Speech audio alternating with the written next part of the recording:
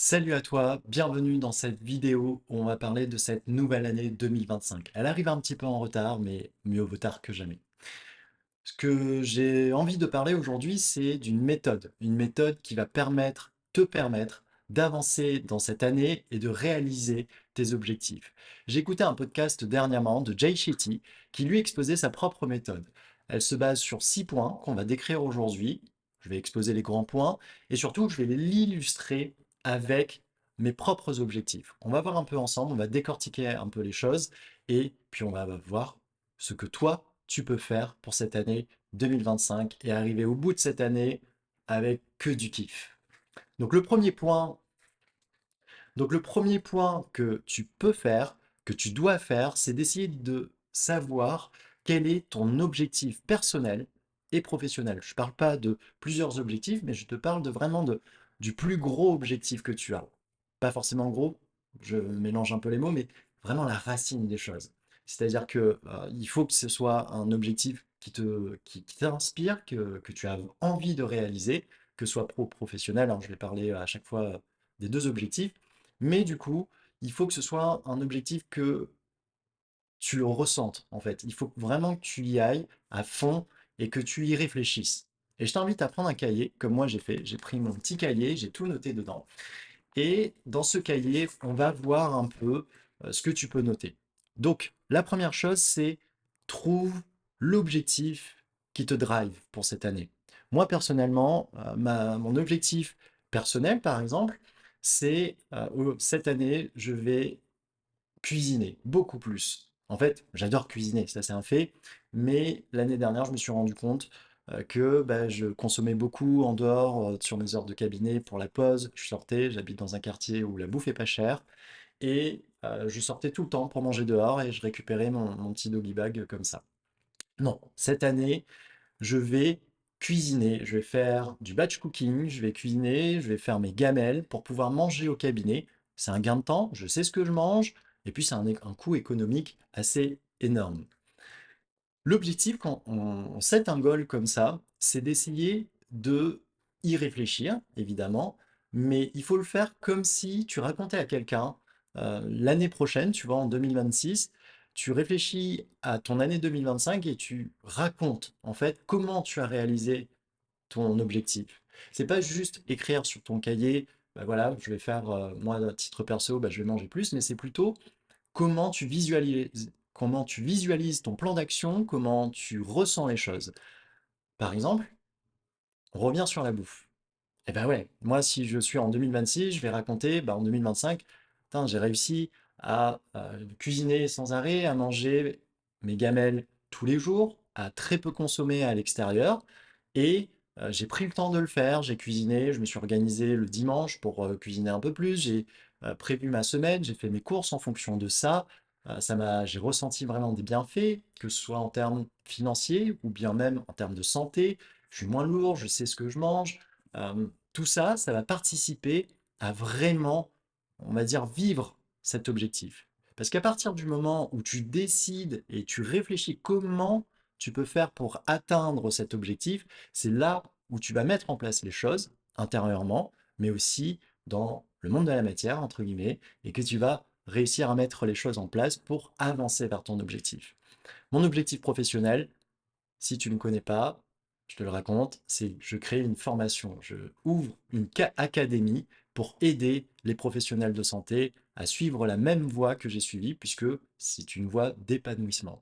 Donc ça, c'est mon objectif professionnel. Et comment je vais le réaliser? Eh ben, j'ai toute la stratégie marketing. Je vais apprendre à communiquer dessus, je vais apprendre à créer la formation, à choisir les plateformes, à ressortir toute la littérature. Je suis en train de l'éplucher. Et tout ça, c'est en train de grandir, de grossir, ça m'épanouit, je me régale à faire ce que je fais, je sens que ça m'ouvre des portes incroyables. Donc là, tu vois, je me mets dans un état mental qui me permet d'avancer vers cet objectif.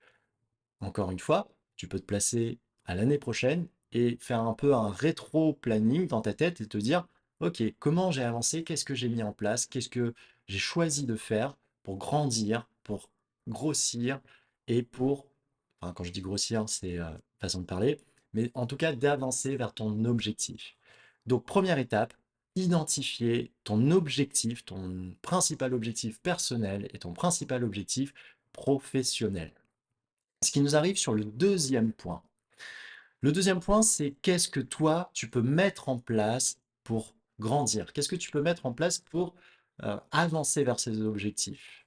Donc, qu'est-ce que tu peux mettre en place? Je prends mon exemple, euh, c'est la cuisine, hein. Je cuisine plus, je me fais des plannings. Pour le côté professionnel, je vais organiser les choses. J'ai choisi de vraiment allouer du temps à de la formation pour pouvoir créer la formation, allouer du temps à l'acquisition de connaissances, allouer du temps au réseautage pour pouvoir communiquer dessus et ramener du monde. Et ça, c'est des choses que je vais mettre en place. Qu'est-ce que je peux mettre en place? Et ça, ce qui est important aussi, c'est d'essayer d'acquérir du feedback. Quand je parle de feedback, c'est des retours. Demander à un coach, moi personnellement, je me fais coacher pour tout ce qui est la partie marketing, commerciale, que je ne connais pas en fait. Et il ne faut pas hésiter à demander, eh bien, qu'est-ce qui me manque en fait pour pouvoir avancer? Qu'est-ce qui me manque pour trouver les connaissances nécessaires? Qu'est-ce qui me bloque? Qu'est-ce qui me freine? Et ça peut se faire uniquement par des feedbacks. Ces feedbacks vont te permettre de faire une sorte d'introspection et de savoir en fait qu'est-ce que tu peux mettre en place pour casser ces freins, pour avancer, pour franchir ces obstacles. Qu'est-ce que toi, par exemple, si tu veux avoir une promotion, qu'est-ce que tu dois faire pour avoir une promotion? On reprend, je veux être promu l'année prochaine, enfin cette année. Donc, qu'est-ce que je vais faire pour être promu? Est-ce que je vais avoir besoin de plus me dépasser? Est-ce que je vais avoir besoin d'avoir plus de connaissances? Est-ce que je vais avoir besoin de, de faire une acquisition en partie commerciale, en partie marketing? Ouais, je reprends mon exemple, en partie sur des connaissances un peu plus globales, sur la connaissance philosophique, sociale, enfin peu importe en fait, ce que tu peux acquérir en termes de connaissances, en termes de compétences. Ce qui est important, c'est le système de compétences et de pouvoir évoluer dans ce sens. Quand tu évolues et que tu sais ce que tu dois faire, ce que tu vas faire, eh bien à ce moment-là, tu vas réussir à aller vers ton objectif. Ce qui nous amène vers le troisième point. Le troisième point, c'est de définir en fait quelle va être ton année. Ton année, ça peut être une année d'apprentissage, une année d'expérimentation, une année de représentation où tu vas performer, où tu vas montrer, une année, ce que Jay Shetty appelle de souffrance, le struggle, et puis une année d'épanouissement. Mais ce sont des étapes qui sont essentielles. On n'a pas de business. Moi, personnellement, j'ai lancé justement mon entreprise, l'académie, mais ça passe par plein d'étapes. Il y a eu une étape d'apprentissage qui est toujours en cours, en cours de fonctionnement. Et puis, il y a une étape aussi d'expérimentation. Je vais au contact des gens, je vais voir si ça marche, je fais une preuve de concept. Il y a une étape de représentation où on va montrer, on va communiquer, et puis évidemment l'étape de la souffrance. L'étape de la souffrance, elle vient dans toutes les étapes en réalité, parce que on ne peut pas vivre, passer une année sans difficulté, sans souffrance, elle vient toujours s'accompagner de tout ce qu'on fait. Elle est là, elle est présente. Et ça, je suis désolé de le dire, on ne peut pas vivre sans souffrance. On va toujours avoir de la souffrance. L'intérêt le plus important, c'est de pas composer avec, mais c'est d'essayer de prendre conscience qu'on souffre, qu'on a de la souffrance. Et le gros challenge, si tu veux, ça va être de savoir comment revenir de cette souffrance le plus rapidement possible. Et c'est ça le plus gros challenge. Ce n'est pas juste d'accepter, se résigner, c'est là toute la différence, mais c'est plutôt de composer avec et pouvoir revenir. Et ça va être de la résilience plutôt que de la résignation. C'est ce que je t'invite à faire, c'est d'essayer de travailler ça.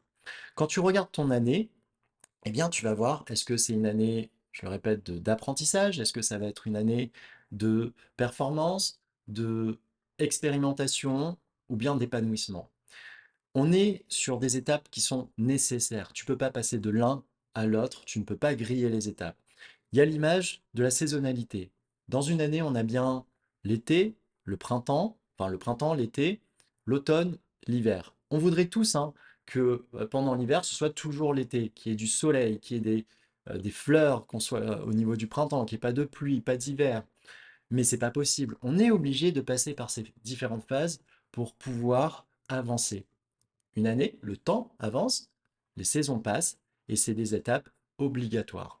C'est la même chose. Tu ne peux pas avoir de l'épanouissement sans être passé par une phase d'apprentissage, une phase d'expérimentation. C'est pas possible en fait. Il faut vraiment avoir été confronté à toutes ces étapes et surtout à l'étape de la souffrance. Imaginons, tu sors, tu t'attends à de la pluie. Eh bien, tu t'équipes en mode survie pour pouvoir porter tes bottes, ton imperméable, ton parapluie. Et s'il y a du soleil, c'est du bonus. C'est du bonus, ça va arriver et tu vas kiffer. Donc c'est la même chose. Si tu t'attends toujours à l'été, tu ne te prépares pas pour l'hiver. Par contre, si tu es prêt pour l'hiver, tu sais que ça va arriver, tu es préparé pour ça. Et si tu as du soleil pendant l'hiver, tu as un peu du temps d'été, de la chaleur, eh ben c'est du bonus et tu vas encore plus l'apprécier. Donc c'est ce que je t'invite à faire, c'est de déterminer quelle année tu vas avoir. Est-ce que c'est une année d'apprentissage, d'expérimentation, de représentation, ou est-ce que c'est une année de souffrance, ou bien une année d'épanouissement? Il faut savoir après que tu peux aussi décomposer ça. C'est pas une année uniquement d'expérimentation ou de quoi. Tu peux avoir une décomposition. Personnellement, moi, je sens que ça va être l'année de la souffrance, mais aussi de l'expérimentation. Puisque je suis en phase aussi d'apprentissage, mais en quinconce, la phase d'expérimentation a commencé. Et la représentation, eh ben, ça sera pour l'année prochaine. Et l'épanouissement, j'espère que ça sera pour la fin de l'année prochaine ou bien le milieu de l'année prochaine. Ça, c'est mon avis. Et c'est comme ça que j'ai décidé que l'année va se construire. Donc là, j'apprends, je me forme, j'expérimente en même temps et on verra. Je n'attends pas de victoire pour le moment. Je considère que la victoire, elle va arriver l'année prochaine. Donc ça me laisse du temps. Ça ne me met pas de pression et je suis préparé à ne pas en avoir cette année. Si j'en ai, tant mieux.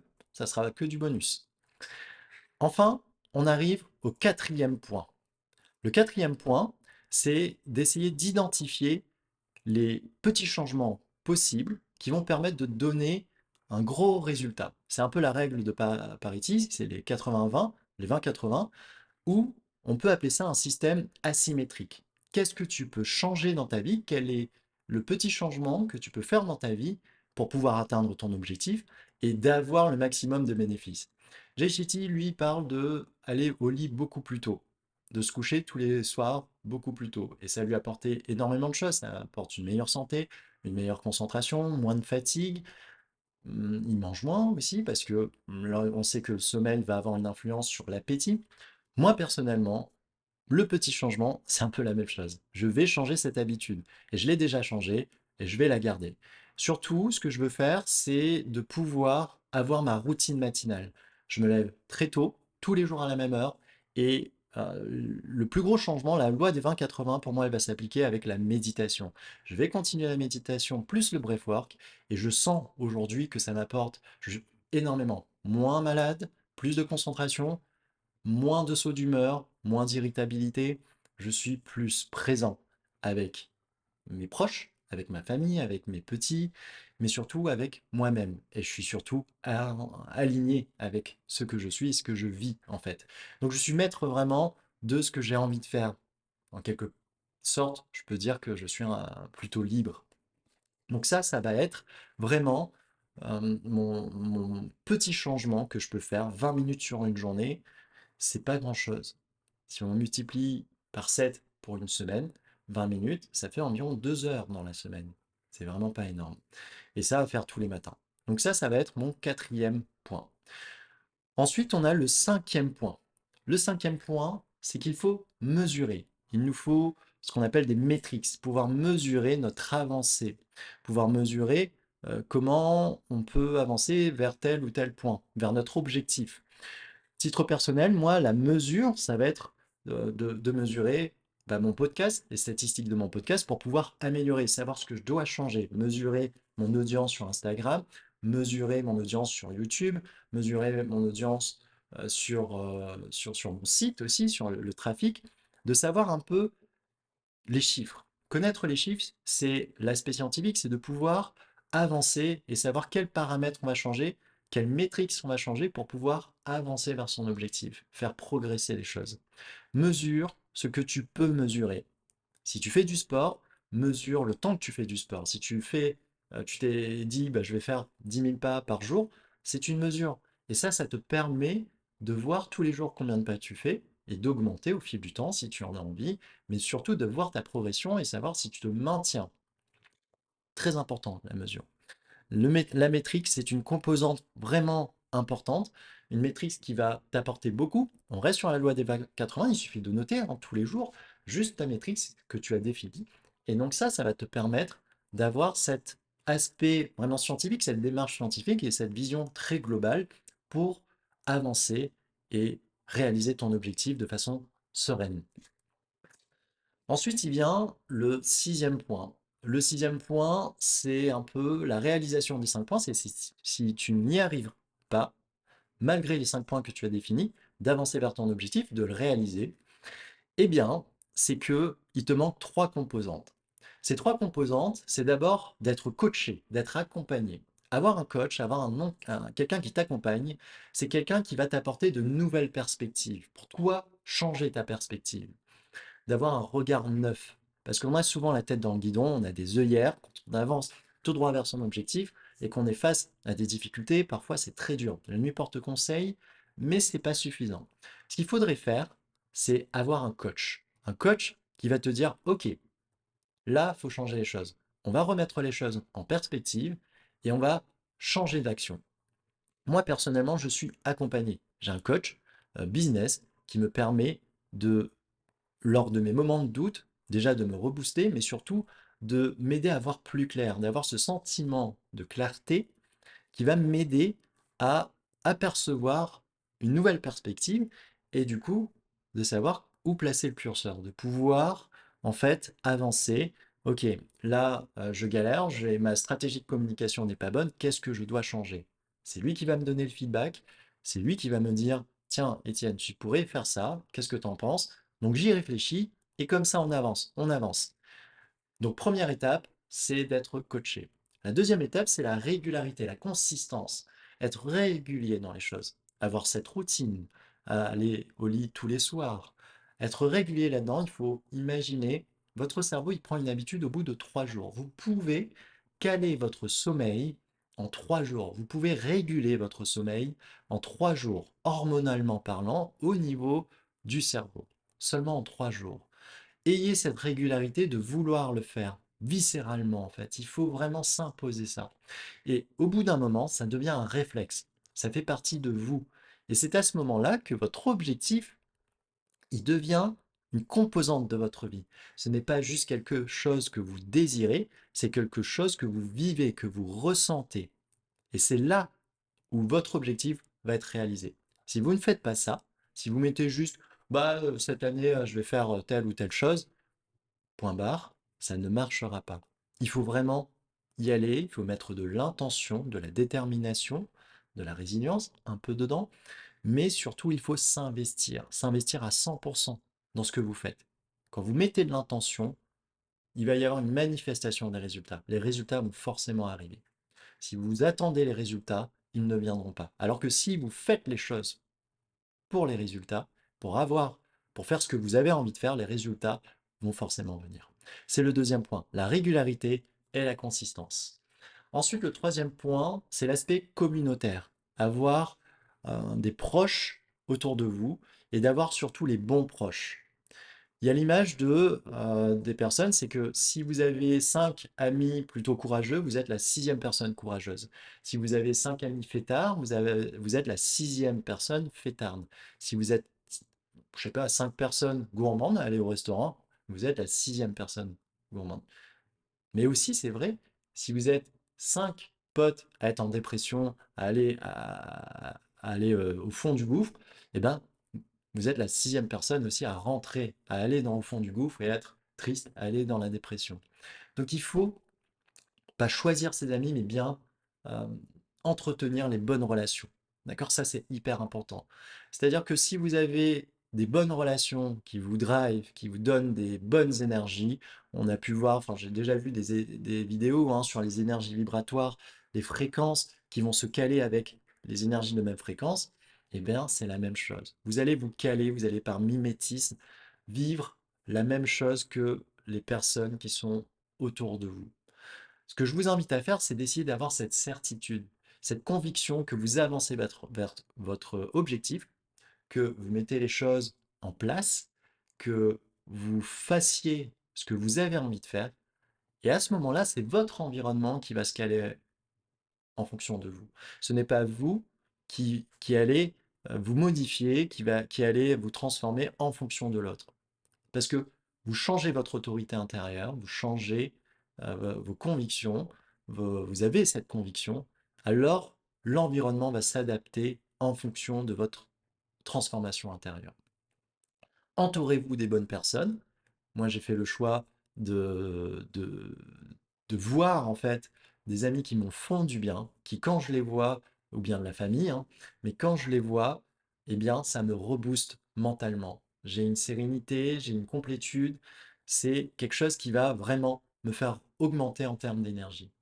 Et les personnes qui, je ne vais pas dire qu'elles sont toxiques, mais qui ne m'apportent finalement pas grand-chose, qui, le temps que je passe avec elles et qui ne m'apportent pas l'énergie que je voudrais avoir, à ce moment-là, je fais le choix de ne pas les voir. Temporairement peut-être, et peut-être qu'à un moment ça changera. Mais pour le moment, je veux m'entourer des personnes qui vont m'apporter de l'énergie. Donc 3 points. Le premier point, c'est de se faire coacher, d'être accompagné. Le deuxième point, c'est la consistance, la régularité. Et finalement, le troisième point, c'est l'aspect communautaire. Enfin, communauté, c'est d'essayer de avoir des bonnes relations. Les bonnes relations vont vous faire du bien. Les mauvaises relations vont vous tirer vers le bas. Si vous n'avez pas ces 3 points-là, vous pouvez essayer d'avoir les 5 premiers points, hein, mais ça ne marchera pas. Le sixième point, c'est peut-être le plus important, ça constitue votre socle fondamental pour pouvoir avancer vers vos objectifs. Avant même de pouvoir penser à un objectif, vous devez avoir ce socle-là. Voilà, c'était les 6 points selon la méthode Jai que j'ai personnellement appliqué pour moi, qui vont me faire avancer dans cette année 2025, qui, quand moi je les ai notés sur un cahier, je vous invite à le faire, hein, vraiment de le graver dans le marbre, de prendre le temps de faire l'exercice, puisque c'est un exercice plutôt sympa, qui vous fait passer par différentes étapes de réflexion, et c'est cette réflexion qui va vous faire réfléchir à la bonne pratique, à la bonne façon d'avancer vers votre objectif. Si cette vidéo vous a plu, je vous invite à venir me suivre sur les réseaux sociaux, Instagram. Vous pouvez aussi vous abonner à YouTube, à ma page Instagram, aussi à mon podcast, Le Pan et la Conscience, où je partage un petit peu des méditations, des pensées, des réflexions, mais aussi tout l'aspect scientifique sur la partie kinésithérapie et le mondada qui est le bruxisme. Donc je vous invite à venir me suivre, à cliquer sur les boutons follow, et puis vous pouvez aussi me faire des retours sur la vidéo, sur mes podcasts, sur les réseaux sociaux. Ces feedbacks, ils sont hyper précieux pour moi parce que ça me permet justement de voir ce qui manque, de voir ce qui est bon, ce qui est mauvais, et de pouvoir améliorer les vidéos pour répondre à votre demande, à votre besoin, et que ces vidéos, vous puissiez trouver vraiment la valeur qui vous corresponde dedans et que vous n'ayez pas à perdre votre temps. Salut!